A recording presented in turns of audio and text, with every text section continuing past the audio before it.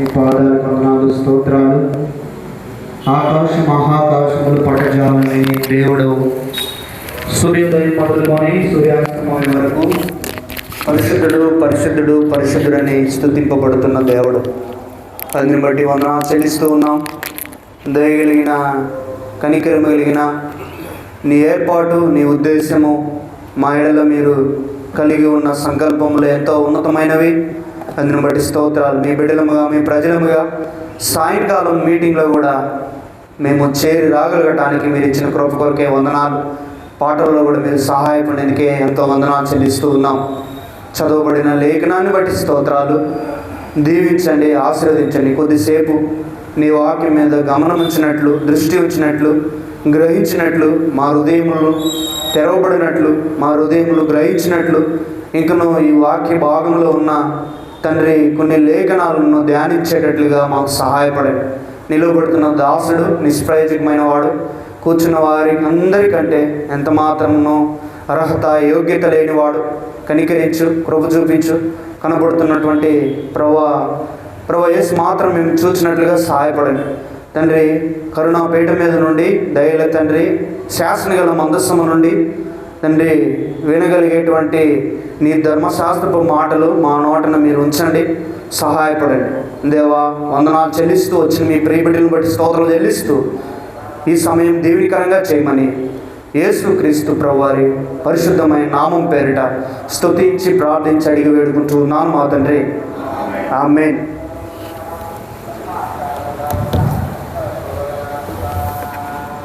సరే, చాలా మంచిది.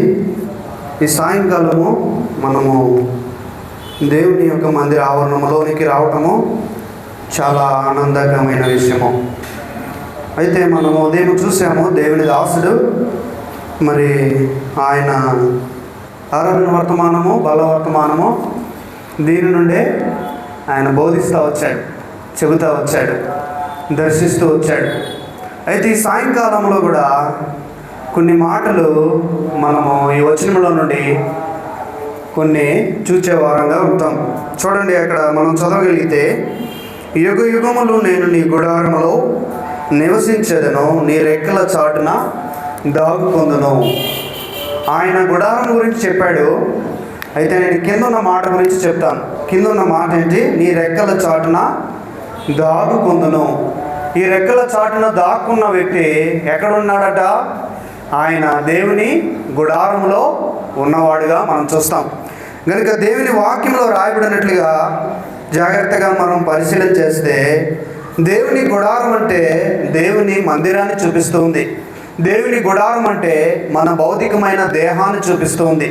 దేవుని గుడారం అంటే మన కొరకే దేవుడు సిద్ధపరిచే స్థలాన్ని చూపిస్తూ ఉంది.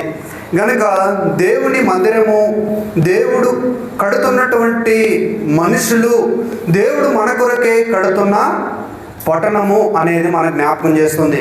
బైబిల్ గ్రంథంలో మనం చాలా పరిశీలన చేసి చూడగలిగితే, ప్రత్యక్షపు గుడారాన్ని యేసు ప్రభువారు మరి పాత నిబంధనలో ఇశ్రాయేలు ప్రజల కొరకే మరి దేవుడు నిర్ణయించిన మోషేని ఏర్పాటు చేసుకొని వారి కొరకే ప్రత్యక్షపు గుడారము కట్టాలని దేవుడు ఆజ్ఞాపించాడు. ఎందుకని కట్టాడంటే, ఆ ప్రత్యక్షపు గుడారము దేవుడు వారి మధ్యలో నివసించేటట్లుగా ప్రత్యక్ష గుడారం కడతా వచ్చాడు. దేనికి? దేవుడే వారి మధ్యలో నివసించటానికి. కనుక సాక్షాత్తు యేసుక్రీస్తు ప్రభువారు నూతన నిబంధనలో మరి మనం చూస్తే మన మధ్యలో నివసించడానికి యోహాను సువార్త 1వ అధ్యాయం 7వ వచనం ప్రకారం మనం చూస్తే ఆయన కృపా సత్య సంపూర్ణుడిగా మన మధ్యలోనికే వచ్చాడనేది మనం గమనించవచ్చు. కనుక ఆ గుడారము మన మధ్యలోనే ఆయన వేశాడు. అదే దేవుని ఆవరణము, దేవుని మందిరాన్నిగా మనం చూడగలుగుతాం. అయితే ఈ గుడారపు అనుభవంలో మనం ఉండాల. ఈ గుడారపు అనుభవంలో మనం ఉండాలా. ఈ గుడారము చాటున మనం ఉండాలా. ఈ గుడారము చాటున ఉండాలా, ఈ మందిరపు యొక్క అనుభవంలో ఉండాలా. అంత మాత్రమే కాదు, దేవుని చాటున ఉండాలి. అందుకని కీర్తనకారుడు 91వ అధ్యాయంలో మాట చదవండి. కీర్తన 91వ అధ్యాయం, కీర్తన 91వ అధ్యాయం మొదటి వచనం. మహోన్నతుని చాటున నివసించువాడే సర్వశక్తిని నీడను విశ్రమించువాడు. ఎక్కడ నివసించాలంట? మహోన్నతుడైన దేవుడు. ఈ దేవునికి చాలా పేర్లు ఉన్నాయి. మహోన్నతుడైన దేవుడుగా ఉన్నాడు, ఇంకా మహిమోన్నతుడై ఉన్నాడు, ఇంకా మహాగణుడై ఉన్నాడు, మహిమ ప్రభావములు కలిగిన వాడుగా ఉన్నాడు. ఇంకా చూస్తే మహిమ కలిగిన స్థలములో నివసించేటువంటి దేవుడు. అయితే ఇటువంటి దేవుడు ఏం కోరుతున్నాడంటే ఒక మానవుడు ఆయన చాటున ఉండాలని కోరుతా ఉన్నాడు. ఒక మనిషి ఆయన రెక్కల చాటున లేదా ఆయన భద్రతలో, ఆయన కాపుదలలో, ఆయనకి దగ్గరగా ఆయన చాటున ఉండాలని దేవుడు కోరుతా ఉన్నాడు. అయితే మనము అలాగా చూడగలిగితే బైబిల్ గ్రంథంలో దేవుని చాటున ఉండాలని దేవుడు కోరాడు. అయితే బైబిల్ గ్రంథంలో మనం చూస్తే చాలామంది దేవుని చాటున ఉండకుండా ఉన్నారు. మరి మనం చూసే ప్రయత్నం చేద్దాం. కనుక దేవుడు ఆకాంక్షించి, దేవుడు కోరుకొని, దేవుడు మరి ఇష్టపడేది ఏంటంటే ఆయన చాటున ఉండాలని కోరుతున్నాడు. ఎవరి చాటున ఉండాలంట? ఆయన చాటున, ఆయనకి దగ్గరగా, ఆయనకి సమీపంగా, ఆయన చేతి కింద, ఆయనకి ఆశ్రయమై, ఆయన బిడలముగా, ఆయన మందిరములో, ఆయన గుడారముగా, ఆయన ప్రజలముగా, ఆయన దగ్గర ఉండాలని ఆయన ఏం చేస్తున్నాడు? కోరుతా ఉన్నాడు. అయితే దేవుని చాటున ఉండాల్సిన మానవుడు ఎలాగా ఉన్నాడనేది ఒక ముగ్గురు వ్యక్తుల గురించి చూసేసి మరి ఈ గాస్పల్ మీటింగ్ అనేది ముగించేద్దాం. మొట్టమొదటిగా రండి, ఆది కాండము 3వ అధ్యాయం. ఆది కాండము 3వ అధ్యాయం. 3వ అధ్యాయం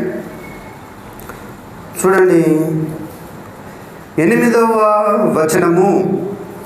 చల్లబూటిన ఆదామును అతని భార్యయు తోటలో సంచరించుచున్న దేవుడైన యెహోవా స్వరమును విని దేవుడైన యెహోవా ఎదుటికి రాకుండా తోట చెట్ల మధ్యను దాగు కొనగా. ఎక్కడ దాక్కున్నారంట? తోట చెట్ల మధ్యన. కారణం ఏంటి? అసలు ఏం చేశారు అక్కడ వాళ్ళు? ఏ తప్పు చేశారు వాళ్ళు? అలా అయిపోవటానికి కారణం ఏంటి? అలే దేవుడు వారిని సృజించాడు కదా, ఆయన రూపం చొప్పున, ఆయన పోలిక చొప్పున దేవుడు కోరుకున్నట్లు ఆయన రూపంలో ఉండాలని నరుని ఆయన సృజించి ఒంటరిగా ఉండటం మంచిది కాదని సాటి అయిన సహాయాన్ని ఇచ్చాడు. వారి కొరకే మొదటి దినాన్ని చేశాడు, రెండో దినాన్ని చేశాడు, మూడో దినాన్ని చేశాడు, నాలుగో దినాన్ని చేశాడు. ఎన్నో దినాన్ని చేశాడు మానవుణ్ణి? 5వ దినమా 6వ దినమా? 6వ దినము చేశాడు. 7వ దినము విశ్రమించాడు. అయ్యా అన్ని నీ కొరకు చేశాను, అన్ని నీ కొరకు సిద్ధపరిచాను, అన్ని నీ కొరకు పెట్టినాను. అయితే వీటన్నిటిని నీవు అనుభవించాలా, వీటన్నిటిని నీవు ఏం చేయాలా? చూసుకోవాలి.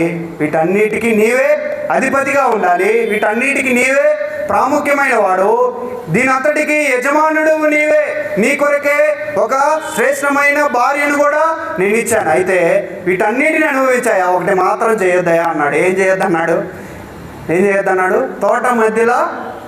తోట మధ్యలో ఉన్న చెట్టు ఫలమును తినకూడదయా అన్నాడు. ఏం చేశాడు? తినకూడదయా అంటే ఏం చేశాడు? తిన్నాడా? తినలేదా? తిన్నాడు. మొట్టమొదటి ఎవరు తిన్నారు? ఆదాము తిన్నాడా? అవ్వ తిన్నారా? అవ్వ తిందా? ఎవరు తింది? అవ్వ తింది. అవ్వ తిని తర్వాత ఆదాముకి ఇచ్చింది. ఆదాముతో కూడా తిన్నాడు. తిరిగిన తర్వాత వాళ్ళిద్దరు ఎలాగైపోయారు? వాళ్ళు దిగంబరత్వంతో ఉన్నారు. దిగంబరత్వము కప్పుకోవటానికి ఏం చేశారు? తోటల ఆకులను వాళ్ళు పెట్టుకొని తోటల చెట్టు దగ్గర, ఆ తోటలో ఉన్న ఒక చెట్టు, తోట చెట్లలో దాక్కున్నవాడుగా మనకు కనపడుతున్నాడు. కారణం ఏంటి? దేవుని చాటును ఉండాల్సిన వాడు, దేవుని యొక్క స్వరం వినాల్సిన వాడు, దేవుని సావాసంలో ఉండాల్సిన వాడు, దేవునికి దగ్గరగా ఉండాల్సిన వాడు, దేవునికి సమీపంగా ఉండాల్సిన వాడు, దేవునికి ఆ అనుసంధానం కలిగి ఆయన ఎంతో దగ్గరగా ఉండాల్సినటువంటి ఆ వ్యక్తి తోట చెట్ల దగ్గరికి వెళ్ళాడు. కారణము దేనికి? పాపం చేశాడు, దేవుని ఆజ్ఞను అతిక్రమించాడు. అందుకని బైబిల్లో ఉంది, మనం చూడగైతే ఆజ్ఞ అతిక్రమమే పాపం. ఏమిట? ఆజ్ఞ అతిక్రమించటమే పాపం. కనుక దేవుడు కోరేది ఏంటంటే ఆయన గుడారముగా ఆయన ఒక తోటనిచ్చి ఆ గుడారములో మరి వాళ్ళిద్దరిని పెట్టి సమస్తాన్ని వారికి అప్పగించినప్పటికీ ఆ గుడారములో వాళ్ళు ఎలా ఉండాలా? దేవుని స్వరాన్ని వినాలా, దేవునికి సమీపంగా ఉండాలా, దేవుడు ఏం చెప్తున్నాడో అది చేయాలా. కానీ వాళ్ళు ఎలా ఉన్నారు? తోట చెట్ల మధ్యలో దాక్కున్నాడు. అంటే దేవుని చాటున ఉండాల్సిన మానవుడు ఆ తోటలో చెట్ల చాటుకు వెళ్ళాడు. కారణం ఏంటి? పాపము. కనుక దేవుని చాటుకి రాపోవటానికి కారణము ఇది మానవుడు దేనికంటే కారణము తన జీవితంలో అవిధేయత అనేది మనం గమనించవచ్చు. అవిధేయత ఎంతో తన జీవితంలో తనకి ఇష్టమైనది చేయటం కారణాన్ని బట్టి, తనకు ఉద్దేశించినది చేయడానికి కారణాన్ని బట్టి, దేవుడు చెప్తున్నప్పటికీ, మాట్లాడుతున్నప్పటికీ, దర్శిస్తున్నప్పటికీ, దేవుని వాక్యం తీసుకొస్తున్నప్పటికీ పాపమును గురించి ఒప్పింపబడకోకుండా, పాపపు యొక్క బంధకాల నుండి బయటికి రాకుండా దాక్కుని ఉంటున్నాడు మానవుడు. ఎలా ఉంటున్నాడు? దాక్కుని ఉంటున్నాడు. కనుక దేవునికి దూరంగా వెళ్ళిపోతున్నాడు. దేవునికి సమీపంగా ఉండాల్సిన వాడు, దేవునికి దగ్గరగా ఉండాల్సిన వాడు, దేవుని దగ్గరికి రావాల్సిన వాడు, ఆయన చెబుతున్నది విని ఆ ప్రకారం చేయాల్సిన మానవుడు ఈ దినాన దాక్కుంటున్నాడు. కనుక దేవుని దగ్గర రాకపోవడానికి కారణం ఏంటంటే పాపము, అవిధేయత. కనుక ఈ దినాన చాలామంది ఇంకా దేవుని అంగీకరించకుండా, దేవుని ఎరకోకుండా, దేవుని దగ్గర రాకోకుండా, వారి పాపపు జీవితాన్ని బట్టి, వారి అవిధేయతను బట్టి, వారి తిరుగుబాటుని బట్టి దేవుని దగ్గరికి రాకుండా మానవుడు అలాగే దాక్కుంటున్నాడు. కారణము పాపము యొక్క ఫలితము తన జీవితంలో ఎంతో ఏరుతున్న కారణాన్ని బట్టి దేవుని చాటున ఉండాల్సిన మానవుడు తనెంతో పాపము కొరకు, పాపము యొక్క ఆ తీవ్రతను, పాపము యొక్క ఆ యొక్క ఫలితమును అనుభవించడానికి ఇంకా ఇష్టపడుతున్నాడు. కానీ మహోన్నతుడైన దేవుని చాటుకి రాలేకపోతా ఉన్నాడు. కారణము పాపము. ఆయన అంటాడు, వచ్చి ఆదామా నీవు ఎక్కడున్నావయ్యా అంటే, నీ స్వరం విన్నప్పుడు నేను దిగంబరిగా ఉన్నానన్నాడు. ఎలా ఉన్నాడట? దిగంబరిగా ఉన్నాడు అన్నాడు. తర్వాత మరి నేను నీకు చెప్పాను కదా, తోట మధ్యలో ఉన్నదన్నీ తినొచ్చని చెప్పాను కదా, తోట చుట్టూ ఉన్నవన్నీ తినొచ్చని చెప్పాను కదా, తోట మధ్యలో తినకూడదని చెప్పాను కదా, ఆ వృక్ష పళ్ళను ఎందుకు తిన్నావంటే ఆయన ఏమంటాడు? నాతో ఉండటకు ఈ స్త్రీ నాకు ఇస్తేనే నేను తిన్నా అంటాడు. కనుక మానవుడు తన జీవితంలో పాపము ఒప్పుకోవటలేదు. పాపమును ఒప్పుకోకుండా, చేసిన తప్పును ఒప్పుకోకుండా పాపమును కప్పుకొని ఈ దినాన దేవునికి దూరం అయిపోతూ, దేవుని దగ్గర రాకోకుండా చాలామంది ఉంటున్నారు. కారణం ఏంటి? పాపము. పాపము దేవుని దగ్గరికి రానివ్వదన్నమాట. ఎందుకనంటే దేవుడు ఎంతో పరిశుద్ధుడు కదా. మానవుడు ఎంతో పాపం చేస్తే పరిశుద్ధుడు మరి ఆ పరిశుద్ధుని ఎదురికి రావాలంటే పాపాత్ముడు రాలేడు కదా. అందుకనే దేవుని స్వరం విన్నప్పుడు ఆయన దాక్కున్నాడు. ఎందుకని? పాపం చేశాడు, అవిధేయుడిగా ఉన్నాడు.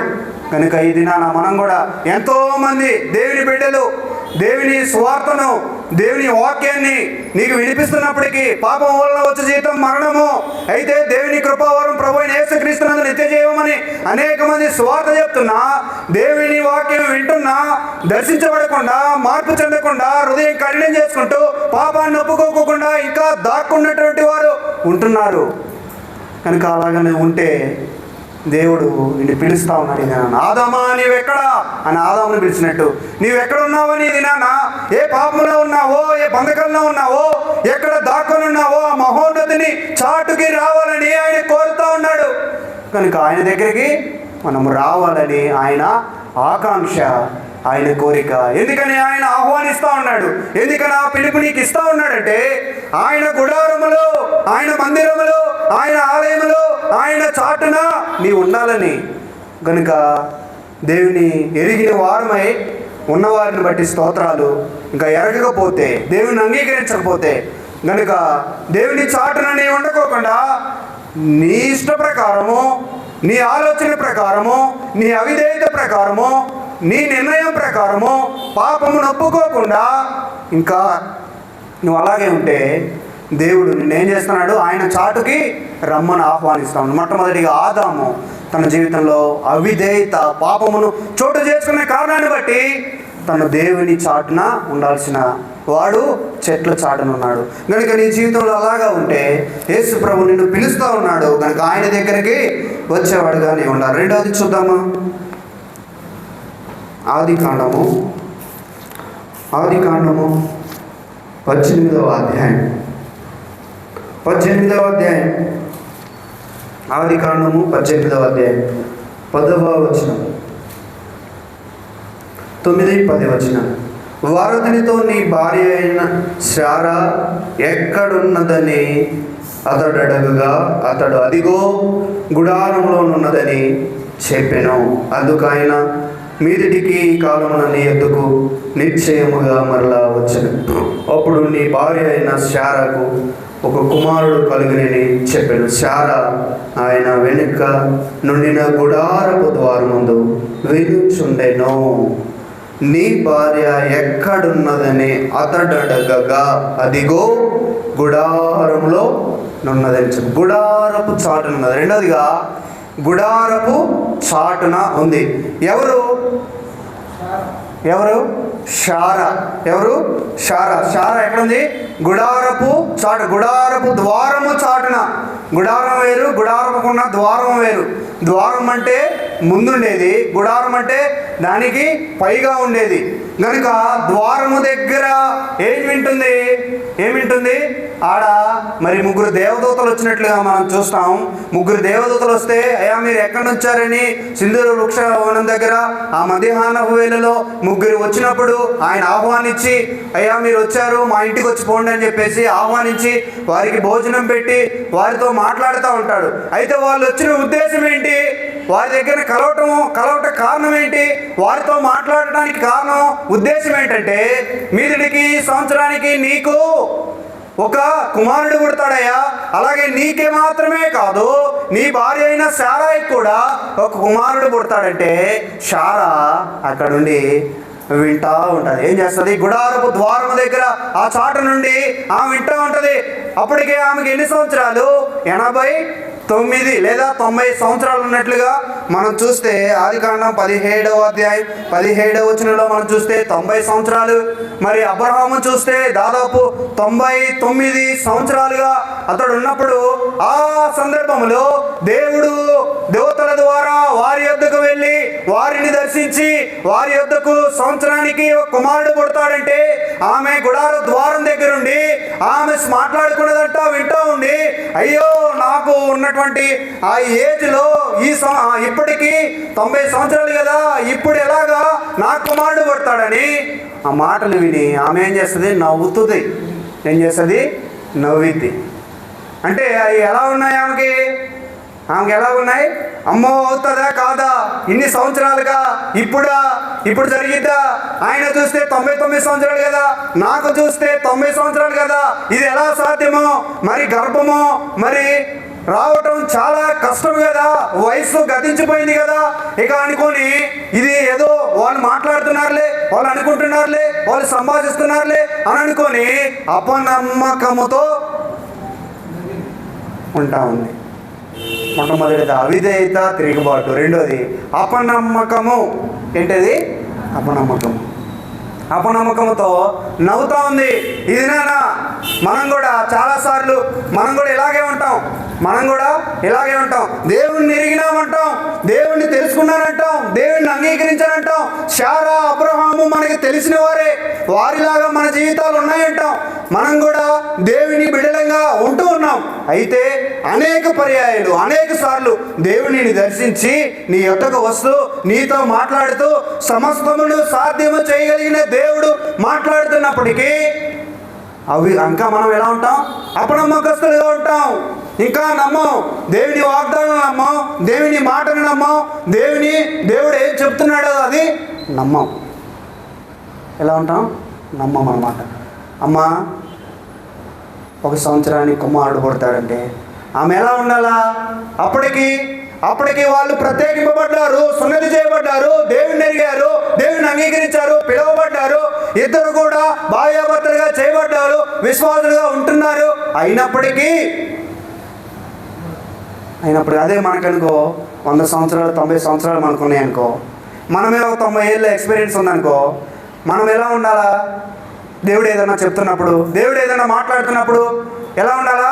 అపనమ్మకం ఉండకుండా నమ్మేవారంగా ఉండాలా. మనకి ఏళ్ళు తరబడతాయి, సంవత్సరాలు వెళ్తూ ఉంటాయి, మాసాలు గడుస్తూ ఉంటాయి, అన్నీ వెళ్తూ ఉంటాం, ఎక్స్పీరియన్స్ చాలా ఉంటుంది, ఇవన్నీ ఉంటాయి. కానీ నమ్మకమే ఉండదు. అన్న జరుగుతుందా? జరుగుతుంది. జరగదా? జరగదు. అక్క జరిగిద్దిలే, అన్న జరిగిద్దిలే, అక్క జరుగుతుందా? జరుగుతో లేదో లేనా, అవుతుందో కాదో లేనా, ఇలాగా ఉంటాం. కనుక దేవునికి అసాధ్యమైనది ఏది లేదు. అక్కడ రాయబడింది కింద, దేవునికి అసాధ్యమైనది ఏది ఉండదన్నమాట. అందుకనే నమ్ముటని ఎవరైనా నమ్మవానికి సమస్తము సాధ్యం. With God all things are possible. నమ్మితే సమస్తము ఆయన సాధ్యపరుస్తాడు. కనుక అప్పుడు ఆమెకున్నటువంటి 89 సంవత్సరాలప్పుడు, 99 సంవత్సరాలప్పుడు దేవుడు 3 దూతల ద్వారా దర్శించినప్పుడు గుడారపు ద్వారము దగ్గరుండి అపనమ్మకముతో ఏదో జరుగుతుందా కాదా అన్నట్లు నవ్వుతూ ఉంది. ఇది నాన్న అనేక మంది హేళనగా మనం ఉంటా ఉన్నాం, నవ్వుతూ ఉన్నాం. సంవత్సరాలు గడిచాయి, మాసాలు గడిచాయి, వయసు వచ్చింది, పెద్దవాళ్ళయ్యాం. అయినప్పటికీ దేవుని కార్యాలు మన పక్షాన చేయగలిగిన దేవుడు ఉన్నాడని, సాధ్యపరచగలిగిన దేవుడు ఉన్నాడని నమ్మక మనం ఎలా ఉంటాం? అపనమ్మకముతో ఉంటాం. కనుక రెండవదిగా చూస్తే గుడారపు ద్వారము చాటున మనము కూడా అలాగా ఉండేవారుగా ఉంటాం. కనుక మనం ఎవరు నమ్ముతాం? ఎవరు నమ్మకూడదో వాళ్ళని నమ్ముతాం. ఎవరు నమ్మకూడదో వాళ్ళని నమ్ముతాం. ఎవరు నమ్మాలో వాళ్ళని నమ్మం. అలాగా ఉంటాం అనమాట. ఎవరు నమ్మాలో వాళ్ళని నమ్మం, ఎవరు నమ్మకూడదో వారు నమ్ముతాం. ఎవరు నమ్ముతాం? భార్య నమ్ముతాం. ఎవరు నమ్ముతాం? భర్త నమ్ముతాం. ఎవరు నమ్ముతాం? పిల్లలు నమ్ముతాం. ఎవరు నమ్ముతాం? ఇరుగు పొరుగు వారు నమ్ముతాం. ఎవరు నమ్ముతాం? దేవుని మాటను నమ్మాలా. ఎవరి మాట నమ్మాలా? దేవుని మాటను నమ్మాలా. దేవుడు చెబుతున్నది నమ్మాలా. దేవుడు నీతో మాట్లాడుతున్నది నమ్మాలా. అందుకనే అపనమ్మకం ఉండకున్నట్లు నాకు సహాయం చేయంటాడు ఒక ఆయన బైబిల్లో. కనుక మన జీవితంలో గుడారపు అనుభవంలో ఉంటున్నావా? గుడారపు అనుభవంలో ఉన్నావు, గుడారపు దగ్గరే ఉంటున్నావు, మందిరానికి వస్తూనే ఉన్నావు, సంవత్సరాలు గడుస్తున్నాయి, మాసాలు గడుస్తున్నాయి, వయసు ఉంది, అన్నీ ఉన్నాయి, అనుభవం ఉంది. అయితే నమ్ముతున్నావా? నమ్మట్లేదంటే ఇంకా ద్వారము చాటునే ఎక్కడున్నావు? ద్వారము చాటున ఉన్నావు. ఇంకా గుడారపు అనుభవంలోనికి రాలేదన్నమాట. ఏ అనుభవంలోనికి రాలా? గుడారపు అనుభవంలోనికి రాలా. గుడారపు ద్వారము చాటు నుండి వింటా ఉంది. మనం వింటా ఉంటాం. ఏం వింటాం? మంచి వింటాం, చెడ్డ వింటాం. ఏం వింటాం? వినకూడనే వింటాం, అనవసరమైన వింటాం, వ్యర్థమైన వింటాం. ఏం వింటాం? ఏది వింటున్నావు? దేవుడు నీతో మాట్లాడుతుందే వినాలా. ఎవరేదో మాట్లాడుతున్నది వినొద్దు. ఎవరేదో మాట్లాడుతుంది వినొద్దు. వాళ్ళు ఏం చెప్తున్నారో, వాళ్ళు ఏం మాట్లాడుకుంటున్నారో వాళ్ళది అనవసరం. దేవుడు నీతో ఏం చెప్పాడు? దేవుడు నీతో ఏది చేయాలనుకుంటున్నాడు? నీ ద్వారా చేయాలనుకుంటున్నదే నీకు ప్రాముఖ్యం, అంతే. ఇంకా మిగతా సంగతులు అనవసరం. కనుక రెండోదిగా గుడారపు ద్వారము చాటున, మొట్టమొదటిగా చెట్ల చాటున అవిధేయత, తిరుగుబాటు. రెండోదిగా గుడారపు చాటున, ఇది అపనమ్మకము. ఇంకా ఒక రకంగా ఇంకా అపనమ్మకము, దేవుడు కోరుకున్న అనుభవంలో ఉండలేకపోవటం, దేవుడు కలిగి ఉన్న నిరీక్షణకు నిలవబడి ఉండలేకపోవటం. కనుక రెండవదిగా మనం చూస్తాం. ఇంకా మూడవది చూసేసి ముగించేద్దాం. ఎక్కువ చెప్పను, మూడే చెప్పేస్తాను. న్యాయాధిపతులు 5వ న్యాయాధిపతులు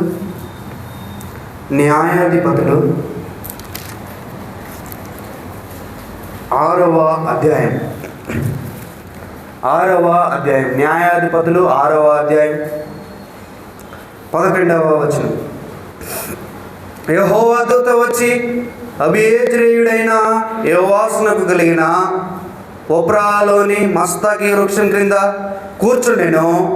యోవాసు కుమారుడైన గిద్యోను మిద్యానీలకు మరుగైండునట్లు గానుగ చాటున గోధుమలను దుర్లుగొట్టుచుండగా యెహోవా దూత అతని కనపడి, పరాక్రమ గల బలాఢ్యుడా, యెహోవా నీకు తోడై ఉన్నాడని అతనితో అనగా, గిద్యోను చిత్తము నా ఏలినవాడా, యెహోవా మాకు తోడై ఉండని ఎడల ఇదంతయు మాకెలా సంభవించెను?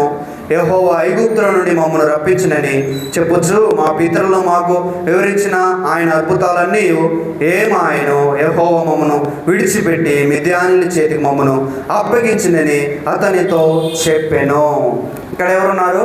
గిద్యోను. ఎవరు? గిద్యోను వాళ్ళ తండ్రి పేరు యోవాసు కుమారుడైన గిద్యోను. వాళ్ళ తండ్రి పేరు ఏం పేరు? యోవాస్. వాళ్ళ కుమారుడు గిద్యోను. నేను ఎక్కడ ఉన్నాడంట? గానుగ చాటున ఉన్నప్పుడు దేవుని దూత తన దగ్గరికి వెళ్ళి, పరాక్రమ గల బలాఢ్యుడా, ఓ యవనస్తుడా, నేను దేవుడు నిన్ను వాడుకోవాలనుకుంటున్నాడు. దేవుడు నిన్ను దర్శించాడు. దేవుడు తన పని కొరకే నిన్ను నియమించాడు. అది నీకు తెలియదయ్యా. ఇశ్రాయేలు ప్రజలు ఉన్నారు, వాళ్ళు తిరుగుబాటు చేస్తున్న కారణాన్ని బట్టి అనేక పరిస్థితుల్లో దేవుడు వారిని మరి చాలా మంది ప్రజలకు అప్పగించాడు. అయితే ప్రస్తుతానికి వాళ్ళు మిద్యానీయుల చేతికి అప్పగించబడ్డారు. వాళ్ళని బయటికి తీసుకురావాలి. దేవుడు నీకు తోడై ఉంటాడని చెబుతా ఉన్నాడు. నువ్వు వెళతావా అని అంటే ఆయన ఏమంటాడు? మనష్య గోత్రంలో నేను ఎంతో అల్పమైన వాడిని, నేను ఎలా వెళ్ళగలను అంటాడు.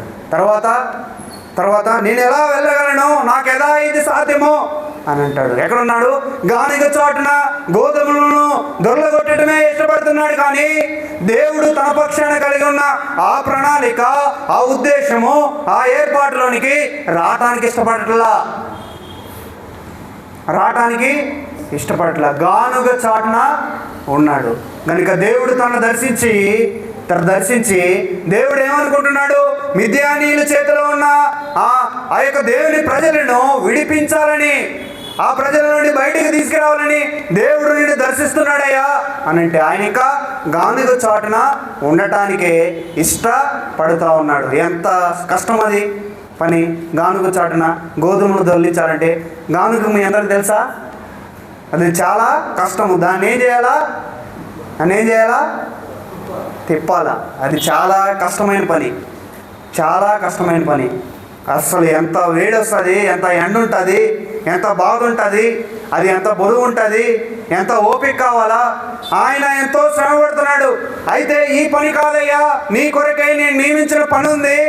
ఆ పని కొరకై నువ్వు దేవుని ప్రజలను బయటికి తీసుకురావాలని దేవుడు తను దర్శిస్తే, సరే నువ్వు నన్ను వాడుకోవాలనుకుంటున్నావు కదా, ఒక సూచన పెట్టుకుంటా అన్నాడు. ఏంటిది? కళ్ళం ఉంటుంది. ఆ కళ్ళం మీద గొర్రెబొచ్చు వేస్తాను. గొర్రెబొచ్చు వేసిన స్థలం మాత్రము ఆ గొర్రెబొచ్చు అదంతా మంచిగా కనపడాలా.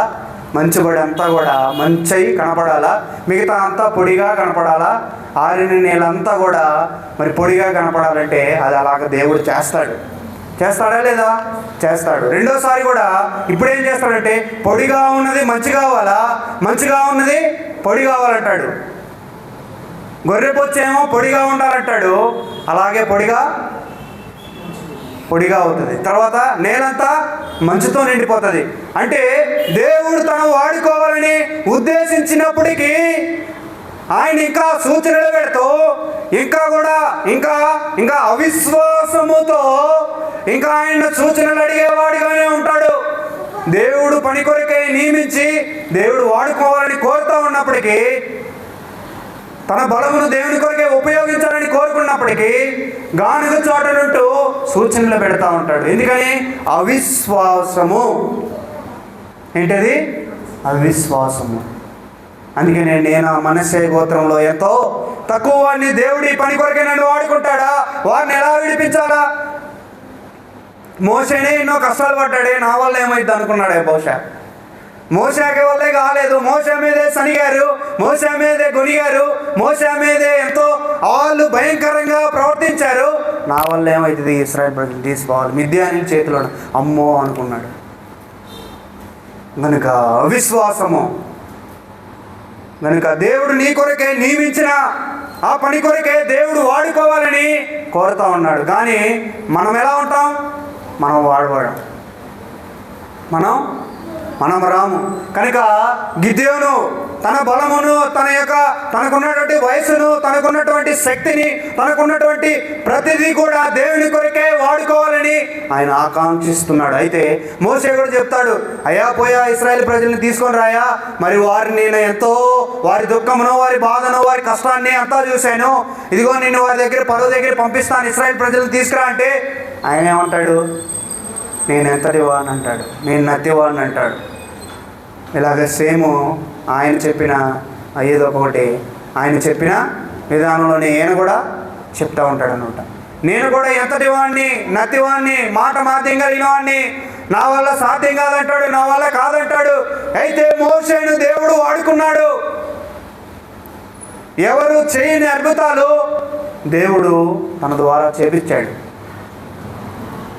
ఐగుప్తు రాజు ఎదుట ఎన్నో అద్భుతాలు చేశాడు. తర్వాత బయటకు వస్తున్నప్పుడు ఎర్ర సముద్రాన్ని పాయగా చేశాడు, మారాన్ని మధురంగా చేశాడు. దేవుని కర్ర ఎంతో దేవుని కొరకే ఉపయోగించి ఆయన మోషేను వాడుకొని తన ప్రజల కొరకే ఐగుప్తులో ఉన్న ప్రజలను బయటికి తీసుకొని వచ్చాడు. అలాగే మోషేను వాడుకున్నట్లుగా గిద్యోను వాడుకోవాలని దేవుడు కోరుకున్నాడు, ఆకాంక్షించాడు, ఇష్టపడ్డాడు. నువ్వు చోటున ఉండకూడదయ్యా, నువ్వు నా చాటున ఉండాలా, నా కొరకే వాడబడాలా, నా చేతి క్రింద ఉండాలా, నా చేతి క్రింద బలమైన సాధనముగా వాడబడాలని దేవుడి ఆకాంక్ష, కోరిక, మక్కువ. గిద్యోను గానుగ చోటనే ఉన్నాడు, అవిశ్వాసంతోనే ఉన్నాడు. తర్వాత దేవుని స్తోత్రం, దేవుడు వాడుకొని మిద్యాల నుండి 2 సార్లు సూచనలు చేస్తే కానీ మారలేదు అన్నాడు. తర్వాత మారాడు. దేవుడు తను వాడుకొని మిద్యాల నుండి బయటికి తీసుకొని వచ్చాడు. కనుక దేవుని చాటున ఉండాలని దేవుడు కోరుతూ ఉన్నాడు. దేనికో తెలుసా? దేవుని పని కొరకు, దేవుని అవసరత కొరకు, దేవుని యొక్క కార్యాల కొరకు. కనుక మొట్టమొదటిది ఆదాము తన జీవితంలో దేవుని చాటున ఉండాల్సిన వాడు ఎక్కడున్నాడు? చెట్ల చాటున ఉన్నాడు. ఎక్కడున్నాడు? చెట్ల చాటున. కారణం ఏంటి? అవిధేయత, తిరుగుబాటు, పాపము. కనుక దేవుని చాటుకి ఇంకా నీవు రాకపోతే, ఇంకా ఆయన అంగీకరించకపోతే, ఇంకా మారు మనసుకు పొందకపోతే ఏ చాటున ఉంటున్నావు, ఎక్కడ ఉంటున్నావు? కనుక దేవుని చాటును రావాలని ఆయన కోరుతూ ఉన్నాడు. రెండవదిగా అబ్రహాము శారా గుడారము, ద్వారము చాటున ఉంది. అవిధేయత, అపనమ్మకము. రెండవదిగా అపనమ్మకముతో ద్వారము చాటు నుండి నవ్వుతూ హేళన చేస్తూ. మూడోది గానుగ చోట నుండి నా వల్ల కావట్లేదు, నా వల్ల కాదంటున్నాడు. కానీ దేవుడు వాడుకోవాలనుకుంటున్నాడు. కనుక మనము దేవుని చాటున ఉంటే ఆయన పని కొరకే వాడుకుంటాడు. ఆయన దేవుని ఉద్దేశించిన కార్యాల కొరకే వాడుకుంటాడు. అంతేకాదు ఆదాము వలె మనకు ఉండకోకుండా ఎలా ఉండాలా? గిద్యోను వలె దేవుని కొరకే వాడబడే సాధనంగా ఉండాలా? తర్వాత అబ్రహాము శారా వలె అవిశ్వాసమైనప్పటికీ అబ్రహాము నమ్మాడు. అయితే శారా నమ్మలేదు. ఎవరు నమ్మారు? ఇద్దరు నమ్మారా? అబ్రహాము నమ్ముతాడు. కనుక అబ్రహాము వలె అపనమ్మకం ఉండకుండా నమ్మాలా? తర్వాత ఆదాము వలె అవిధేయులుగా ఉండకోకుండా విధేయులుగా దేవుని కొరకే ఉండాలని. కనుక అందుకనే మనం చూస్తే కీర్తన 61:14 తన రెక్కల చాటున దాగుకొనేవాడు. ఆయన రెక్కల చాటున ఉన్నవాడే ఆయన గుడారములో ఉన్న అనుభవంలో ఉన్నవాడు. ఆయన గుడారములో అనుభవంలో ఉన్నవాడు ఎలా ఉంటాడు? దేవుని చాటున ఉంటాడు. దేవుని చాటున ఉన్నవాడు విధేయుడిగా ఉంటాడు. ప్రతిదానికి ఏది చెప్పినా ఏం చేస్తాడు? విధేయత చూపిస్తాడు. అవిధేయుడిగా ఉండడనమాట. రెండోదిగా ఏదైనా కానీ దేవుడు చెప్తున్నది అపనమ్మకుండా నమ్ముతాడు. మూడోది విశ్వాసము కలిగిన వాడుగా ఉంటాడు. గిద్యోను అవిశ్వాసము, శారా అపనమ్మకము, ఆదాము అవిధేయత. మనం కూడా ఎలాగుంటున్నాము?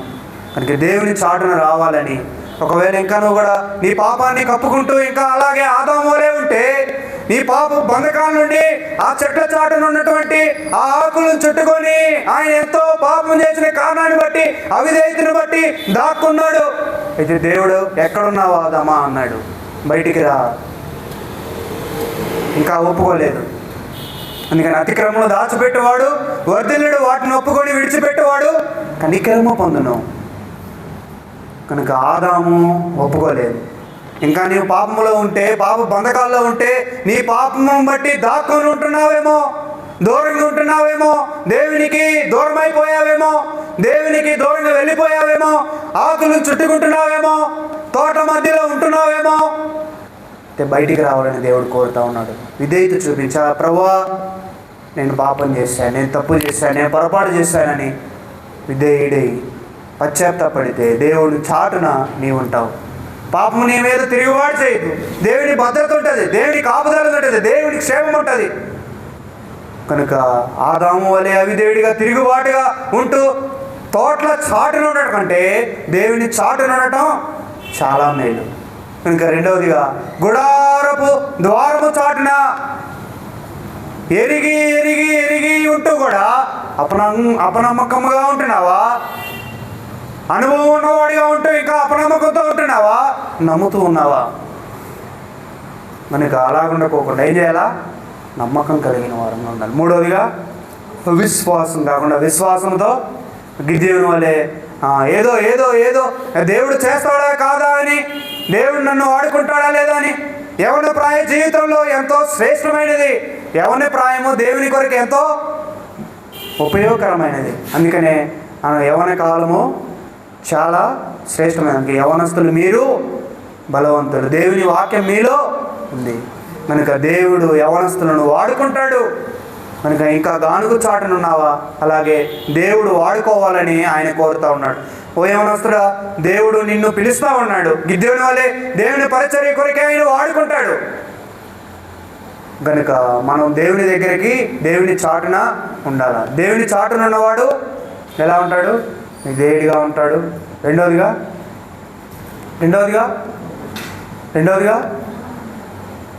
నమ్మకంగా ఉంటాడు. మూడోది శ్వాసం కలిగిన వాడు ఉంటాడు. అవిధేయుడిగా ఉండకోకుండా, అపనమ్మకంగా ఉండకోకుండా, అవిశ్వాసంతో ఉండకుండా దేవుని చాటునున్న మనం ఈ మూడు అనుభవంలో ఉండాలి. అందుకనే మహోన్నతుని చాటును నివసించేవాడే సర్వశక్తిని నీడను విశ్రమించేవాడు. కనుక అలాగా మనం ఉండేవారుగా దేవుడు మనకి సహాయము చేయనుగాక.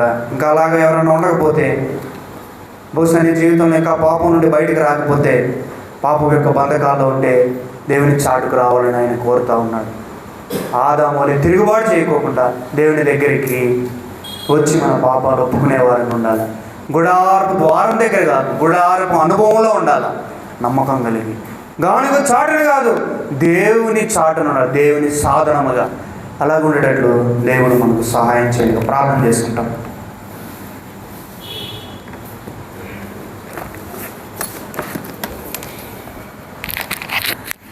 ప్రార్థన చేసుకుందాం. ప్రార్థన అంటే నా ఎంక చూడొద్దు, తలలో ఉంచుకొని కళ్ళు మూసుకోవాలి. ప్రేమ కలిగిన తండ్రి, పరిశుద్ధుడైన దేవ, మహోన్నతుడైన తండ్రి, మీకు వందనాలు. మీరు ఇచ్చిన కృపకై మీకు స్తోత్రాలు తండ్రి. మీ మాటను బట్టి మీకు వందనాలు.